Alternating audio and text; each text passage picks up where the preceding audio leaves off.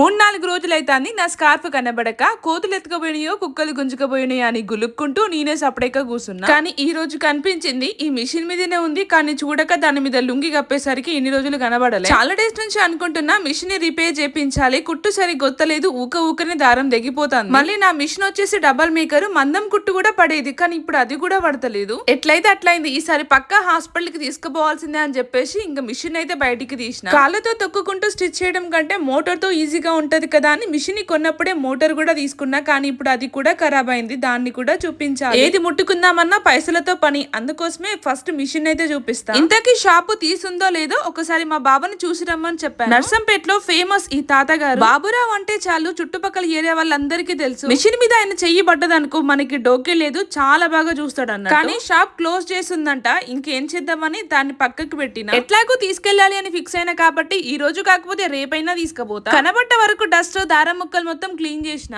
ఈ లోపు మీరైతే వీడియోకి ఒక్క లైక్ ఇవ్వండి. నేను వేసుకున్న డ్రెస్ లింక్ ట్యాగ్ చేస్తా, చూడండి. ఉంటా, బాయ్.